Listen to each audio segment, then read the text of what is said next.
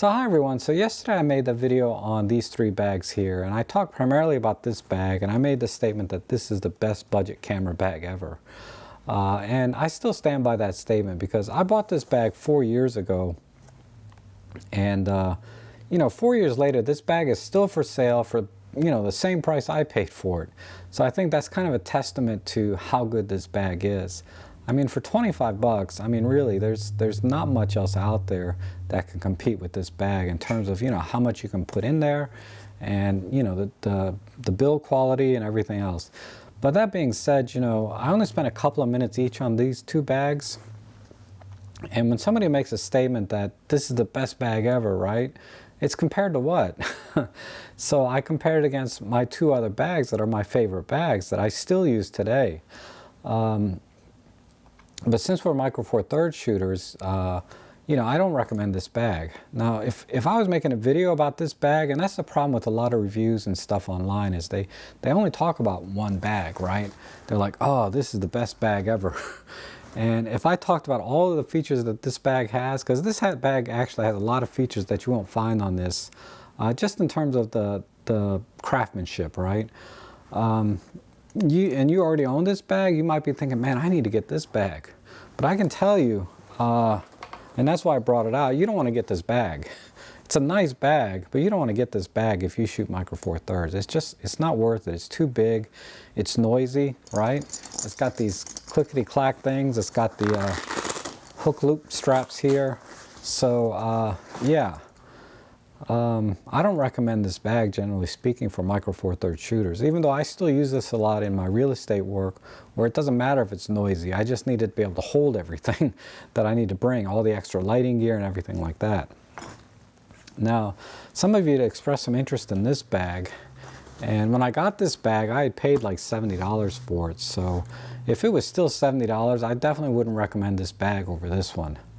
And I still recommend this bag actually over this bag, mainly because this bag, I think, packs things a little bit nicer. This bag, because it's kind of taller and thinner, you have to stack the lenses a little bit differently. However, that being said, this is a better quality bag than this one, and now this bag is $20. And that's because I think they don't make it anymore, so people are just selling off their old stock if they find it. Maybe they found a you know, one of those container deals where you buy a whole container of these bags and then you flip them off for 20 times what you pay, because they probably paid like $1 a bag for these.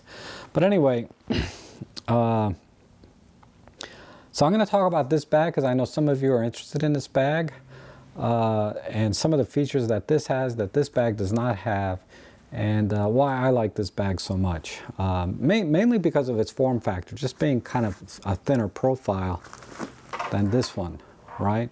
But believe it or not, this bag will hold everything I have in this bag right now, plus my tablet, which there's no more room in this bag for this tablet, but I can fit everything here into this bag, you know, with this tablet. So I'll show you that in just a minute, but I'll just tell you a couple of the features about this bag, because like I said, I know some of you are interested in this bag. And for 20 bucks, you know, why not? Get both, right? But mainly it's the material on the outside. This is more of a softer cotton material. Like if you made a pair of pants out of these, they'd be really nice like jeans, right? And this material here is more like a raincoat, more of a nylon. So this is a softer cottony material. So it's just nicer to the touch. And also the zippers, okay, there's zippers here and one inside here, and then on the side. The zippers just have bigger teeth on them. They're a little bit thicker, so in theory, I guess these would be more durable over time, even though I've had no problems with these zippers. But, you know, it's just a little better quality zipper. And then also, on the zipper handles here, it's not just the metal clip here that you grab onto. They've actually added another extra nylon thumb grip to the end, which, you know, is really no big deal, except like when you're wearing gloves. This is a lot easier to grab onto and unzip and zip when you have this little extra tab on it. So that's just another touch. And then also the strap itself is stitched into the bag. So it's going to be quieter overall. You know, this doesn't make any sound compared to you know, the swivel and hook type clips. And you know, it's a little annoying at first, but once you kind of get used to it, because it used to always like tangle up on me and twist around, but if you pick it up by the thumbs like that and then put it over, it's no problem. I used to pick it up and then after I had it on, I would try and straighten it out, and that was, yeah, I was an idiot. So the easiest way is when the bag has some weight in it, just to pick it up by your thumbs, and then it'll automatically just unravel itself before you put it on. And those are mainly the exterior features, and then the handle is a little bit softer. It's padded. This is not really a padded handle, but this has a nicely padded handle, and then the stitching is a little bit nicer too. You know, it's all cross stitch, and they've also have rivets here along the on the handle grip, so that it's just a little bit more durable. And overall, the stitching everywhere is a little bit nicer. You know, even in the strap, the stitching is a little bit finer. Stitching, so I guess that would make it more, you know, make it stronger, but straps are straps. I wouldn't put too much into that. So on the bottom, this bag also has this nylon material that's the same material as this, so that, you know, if you put it down, if it's raining out and you put it down on a bench that has water on it, you know, it'll stay drier than if it wasn't, if it was just all this cotton material. But this material itself does kind of shed water, like if it's raining a little bit, but if it's like pouring down, yeah, it's going to get wet. But inside, there's another difference inside on this bag that this bag is not. The entire inside of this bag is all that polyester nylon type material. So it's very smooth inside everywhere, even all the way down into the bottom. And then these hook loop straps are just little strips on the top and bottom so you can put your dividers in. And this also has additional padding attached like this, like as flaps that, you know, when you see it online, you know, they'll be tucked into the sides to kind of give you a little extra protection on the sides. But I like to have them on top like this, and I'll show you why when I start packing it. And then inside, you know, I didn't really show the pockets, but there's about 6 or 7 more pockets inside. They're very thin, but it's good for putting like your white cards and color cards in, batteries, memory cards, etc. There's a little tab here for your keys, which, you know, I never use. I would not put your keys in your camera bag, but there is a little hook for that. Now this part right here is not padded. Okay, it's just the material with the nylon, but between here, this part here is padded, and this flap here is padded. It's thin padding, but it's padded, so when it's covering, everything is fully padded all the way around. And that's really it, and there's no pockets inside here. Okay, so everything you put in here is just going to be your gear. You're not going to be able to put like little memory cards and things inside. But it does have a nice little sleeve on the back, and this is where I put my tablet. And I have a Galaxy Tab A. This is a 10.5 inch tablet with the keyboard that I put in here, and I'll show you that when I start packing it. And that really sums up the exterior, and just standard buckle clamps, and there's no Velcro or hook loop tabs, so again, it's silent. You know, it's relatively quiet when you open it up to get your gear in and out. And so if that's important to you, you know, that's another feature of this bag that, you know, this one did not have. And this one is silent as well. All right. So, you know, just overall, it's just a little higher quality bag, you know, in terms of material and craftsmanship than this bag. And obviously so, because when it came out, it was like 3 times the price. But now it's like $20. So that's why I wanted to kind of go over this bag in a little more detail and just show you some of the features that it has that you won't find on here. So what I'll do now is I'll just quickly pack this bag with everything that's in here. Okay, and remember I have like 3 camera bodies, 3 legit lenses, and then 3 semi lenses, you know, with 2 tripods, a couple of batteries, a charger, etc. So there's a lot of stuff in this bag, but it all fits in this bag just the same, but then with a thinner profile and a 10-inch tablet. So this bag actually holds more than this bag. Somehow it does. It doesn't look like it would, but it actually does. So let me go ahead and get started. And open this up. And I'm going to start in the same process, basically smallest thing to largest, more or less. Oops. Let's see. And I put the lens cap on the 40 to 150 because that was bothering some of you. The problem is this lens, I put the lens hood on it, so it's hard to get the original lens cap in and out because the Olympus lens cap have the tabs on the side. So I just put an old Nikon lens cap on here that pinches in the middle, so it's easier to get in and out. But I do use lens caps time to time, not all the time. All right, so here's my wide angle converter. So I'll put this in first, right down here. And then I'll put my 40 to 150 on top of that. And then, let's see, this is my 12mm f2. I think usually I put my lens in the bottom. So I'm going to put that down here like so, just at an angle, like so. And then I'll put my 12mm right next to that. And then this is the 45mm f1.8 in the can cooler as usual. And I'll put that on top of that. So now we're set there in that column. And just a disclaimer, this bag comes with 2 dividers because it kind of came out when most people had DSLRs and you could only fit like the DSLR and 2 lenses. But with Micro Four Thirds, I needed to add a divider. So if you don't have an extra divider that you can cannibalize from another bag, you can just use the bubble wrap that I do and stuff things in that way. But it's better if you have a divider. Okay, and then let's see, my radio transmitters. I'll just put these down here in the bottom.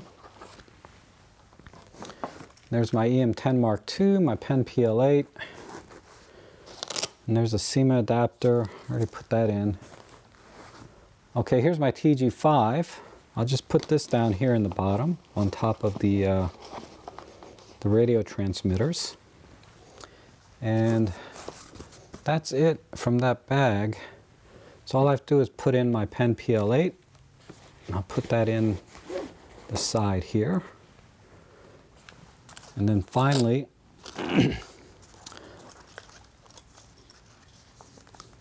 the OMD EM10 Mark II. And this has the L bracket on it, so it's roughly now the same size as the EM1 Mark II. But I can put that in either way. So that's everything there that I need to put inside that I can think of. Yep. So I'm going to put these padded flaps like that on top. And then I take my little Mi Photo Air tripod. This is the Backpacker Air. And that just goes right on top like that. I'm not worried about it, you know, messing with any of the gear inside here. And now this flap will close like so. Just like so. And then in the side pockets, I have the batteries and a battery charger. And that can go into this side pocket. Like so. And I've fit like 4 batteries in there with the charger. And just to note that this is not padded here, okay?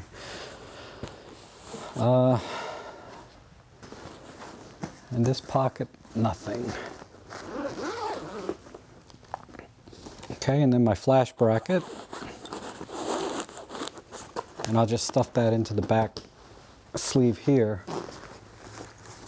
And then my little tabletop tripod.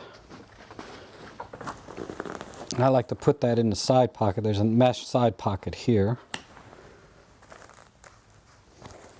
And then microfiber. It's my color card. 15mm body cap lens. I'll have to talk about this lens because there's been a couple of reviews on this lens. So I thought I'd give you my spin on it. But I'd rather buy this bag than this lens. Let me just put it that way. All right. Now, there's a little pocket here. This slides right into. This is the X-Rite color card. So if you guys want to get really picky about your color, that's a handy little thing. Put the microfiber in there. Put this in there.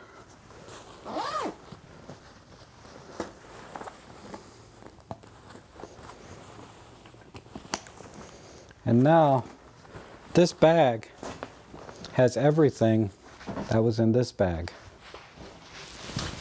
As you can see, you know, it still has a relatively thin profile, and I can get everything out with no problem. And I think it's a good looking bag. I like this bag.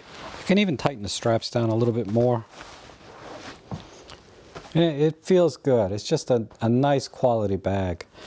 The only other thing is sometimes what I do is I'll want to bring my tablet with me because I like to review the pictures in the field. And that goes in just like that. So actually, this bag holds more than the Amazon Basics bag because of the tablet sleeve on the outside. This one has a tablet sleeve, but it's on the inside, and it's not quite big enough to hold my 10-inch tablet. And in truth, when I go out to the car, I take this out and leave it in the trunk because I don't want to carry this. This is heavy. I don't want to carry this around with me while I'm out taking pictures. So actually what I do, and I don't normally bring this tripod either, but I just brought it in this video just so you could see that you can carry everything this did. This is normally how I pack this bag, and everything feels secure. It doesn't have that rigidity problem like I was showing you when you have the really heavy Nikon gear in it. Because the Nikon gear, you would have the DSLR and 2 lenses, right? And then that's when you get this rigidity problem. But I have everything packed in here nicely. So that's pretty much it. So if you're interested in this bag over this bag, you know, it's not a bad decision. And they're cheap enough that you can buy both if you want, but I would just pick one. While this is still available, you know, if you like the thinner profile and a little bit higher quality materials, this is an amazing deal right now. But this is not going to be around forever, so that's why I don't want to really recommend it as the best budget bag ever, because this one you'll probably be able to buy 4 years from now for the same price. Okay, so hopefully you found that helpful. Thanks again for the great feedback, and if you'd like to make some other videos of about bags in particular, because let me tell you, some of you are asking me about backpacks. I've got backpacks. I've got little bags. I mean, I saw on Instagram somebody posted something called BAGAS, B-A-G-A-S, is bag acquisition syndrome. That is definitely the case here. I have a problem. But thanks again for watching, and hopefully we'll see you again soon.